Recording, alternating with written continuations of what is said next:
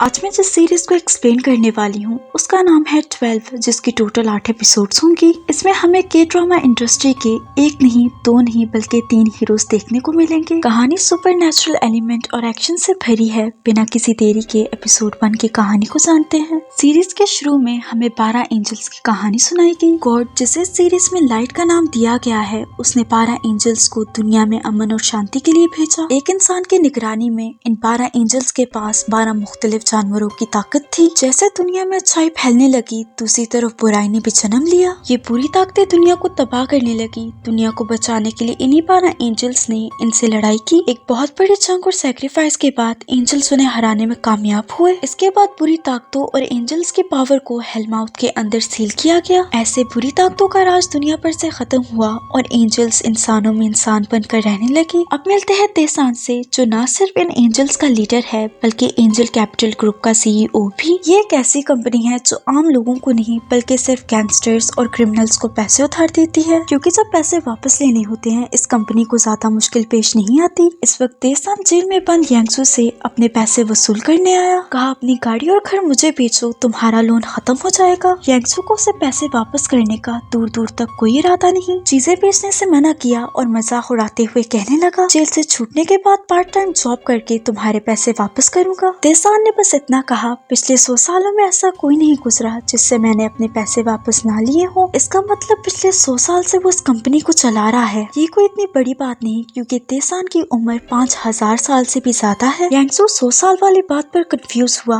अब तेसान इससे अपने तरीके से पैसे वापस लेगा। उसने जूदोल को कॉल करके कहा, उसकी बेल भर दो। अब हमें तेसान का तेसान ओरिएंटल मेडिसिन क्लिनिक दिखाया गया। इस बिल्डिंग में काम करने वाले सारे एंजल्स हैं। सबसे ऊपर आती है जिम, जिसे वॉसम चलाता है। उसके नीचे आ जाता है मेडिसिन क्लिनिक, जिसे भांगुल और धोनी चलाते हैं। धोनी अपनी पूरी कोशिश करता है इस क्लिनिक को प्रमोट करने की, लेकिन भांगुल का पेशेंट को ठीक करने का तरीका काफी कैजुअल है, इतना कि उसे ट्रीटमेंट करता देखकर पेशेंट भाग जाते हैं। जैसे अभी 3 पेशेंट भांगुल से अपना इलाज करवाने आए। एक पेशेंट के सर में हमेशा दर्द रहता। भांगुल ने उसकी गर्दन ऐसी ट्विस्ट की कि वो बेहोश हो गया। दूसरी पेशेंट डरते हुए सर पर पाँव रखकर भागी। तीसरा पेशेंट भी भागने लगा, मगर ना बेचारे के टूटे जिस्म ने और ना धोनी ने उसे जाने की इजाजत दी। जिस पेशेंट के गर्दन ट्विस्ट की थी वो अचानक होश में आया। वो अब बिल्कुल ठीक हो चुका था। सर का दर्द गायब हो गया। अब बारी थी उस तीसरे पेशेंट की। इलाज करते ही उसकी बीमारी ऐसी दूर हुई जैसे उसे कभी कुछ हुआ ही न हो। भांगुल का तरीका भले ही पुराना और खतरनाक हो, लेकिन ये काम करता है।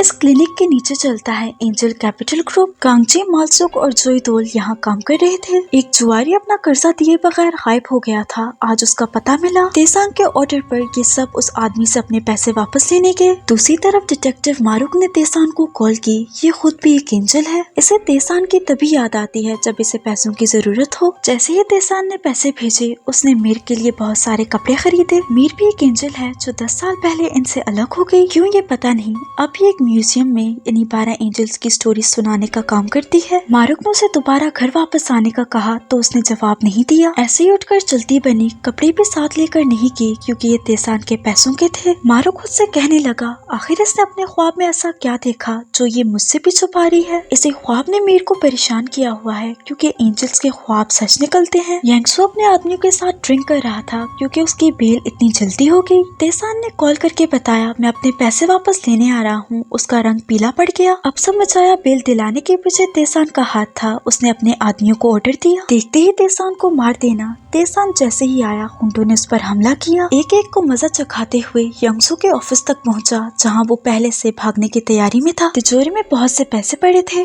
तेसान आराम से चेयर पर बैठा। यांगसू को इन सारे पैसों को बैग में डालने का इशारा किया। यांगसू, जो उसे देखते ही भीगी बिल्ली बन गया था, आराम से सारे पैसे बैग में डाले। पैसे थोड़े कम थे, इसलिए तेसान ने उसकी गाड़ी की चाबी भी ले ली। जोईदोल सबको लेकर जुआरी के अड्डे पर पहुंचा। मालसुक, पोसोंग, कांगजी बिल्डिंग के अंदर पैसे लेने गए। इन्होंने जुआरी को अपने गुंडों से बात करते सुना। कहा, अपनी आंखें खुली रखना, एंजल कैपिटल के लोग यहाँ आएंगे। वो इतने सीधे नहीं है। दूसरे गैंग के मेंबर के बारे में तुम लोगों को याद ही होगा। एंजल कैपिटल हॉस्पिटल को पैसे ना देने पड़े वो भागकर फिलीपीन चला गया, लेकिन उन्होंने वहाँ तक उसका पीछा करके अपने पैसे वापस लिए। खैर इन तीनों ने अंदर जाते ही पूरी गैंग पर हमला किया। चंद ही मिनट में पूरी गैंग को धूल चटाई। अपनी गैंग को हारता देखकर जुआरी पैसों के बैग के साथ रफू चक्कर होने लगा। वो तो दोनों बीच में आ गया, वरना ये भाग जाता। आखिर में मालचोक ने उसे इतना जोर से हिट किया जिससे वो बेहोश हो गया। अपने पैसे वसूल किए। तेसान अपनी पुरानी दोस्त क्विम्सू से मिलने आया। ये वाहिद ऐसे इंसान है जो जानती है तेसान एक एंजल है। क्विम्सू तेसान से तब मिली जब वो मिडिल स्कूल में थी। गुंडे इसे और उसकी माँ को परेशान किया करते थे। तेसान ने उस वक्त इनकी जान बचाई थी। तब से ये दोनों एक दूसरे को जानते हैं। क्विम्सू अब बूढ़ी हो चुकी है। अपनी माँ की तरह क्विम्सू भी तपोकी का स्टोर लगाती है। जब तेसान ने ये बताया वो इंसानों को बचाते बचाते थक गया। क्विम्सू ने कहा माना कि बुरी ताकतें दुनिया से खत्म हो गयी, लेकिन अच्छे और बुरे इंसान अब भी हैं। अच्छे इंसान एंजल्स की कुर्बानी की कदर करते हैं, जैसे कि मैं।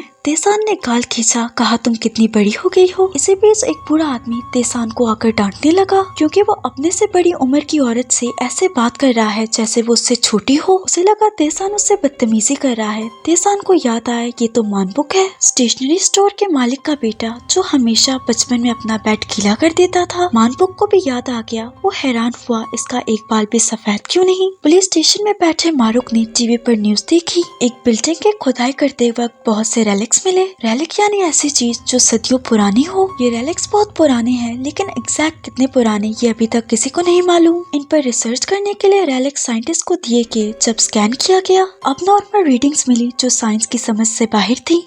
तेसान बिल्डिंग में वापस आया, कोई भी वहाँ नहीं था। अपनी तिजोरी में पैसे रखे। ये तिजोरी क्या पूरा एक कमरा था। पैसा, सोना और कीमती चीजों से भरा हुआ। अब हमें जंगल में एक ग्रुप दिखाया गया। एक आदमी ने अपना हाथ काटकर खून पत्थर पर लगाया। खून फौरन से गायब हो गया और पत्थर पर अजीब से सिंबल बने। इसी ग्रुप ने जाकर अपने लीडर को बताया कि उन्हें ऑब्वी मिल गया। लीडर ने वहां पहुंचते ही अपने चेलों के साथ मिलकर रिचुअल किया। अपने हाथ से खून निकालकर नीचे रखे बॉल में फेंका। खून उबलने लगा, चांद की रोशनी सुर्ख हो गई। लीडर ने पत्थर पर हाथ रखकर इन पत्थरों को हटाने की कोशिश की, लेकिन रिचुअल पहली बार में फेल हुआ। बाकी सबने लीडर से कहा ऐसे उनकी जान भी जा सकती है। उसने जवाब दिया अब हम और टाइम वेस्ट नहीं कर सकते। वो उठा, पत्थर पर हाथ रखा और हड्डी से अपने हाथ पर स्टैब किया। पूरे पत्थरों में हलचल होने लगी, काला धुआं निकलने लगा। धुएं से एक शख्स सामने आया जो कोई इंसान नहीं, एक शैतानी ताकत है जिसका नाम है ओक्वी। अगर शैतानी ताकत ऐसी है तो उन्हें दुनिया पर राज करने दो। फिलहाल ये एपिसोड यहीं पर एंड होती है। अगर आपको वीडियो पसंद आई तो लाइक, शेयर और सब्सक्राइब करते जाना। मिलते हैं अगली वीडियो में।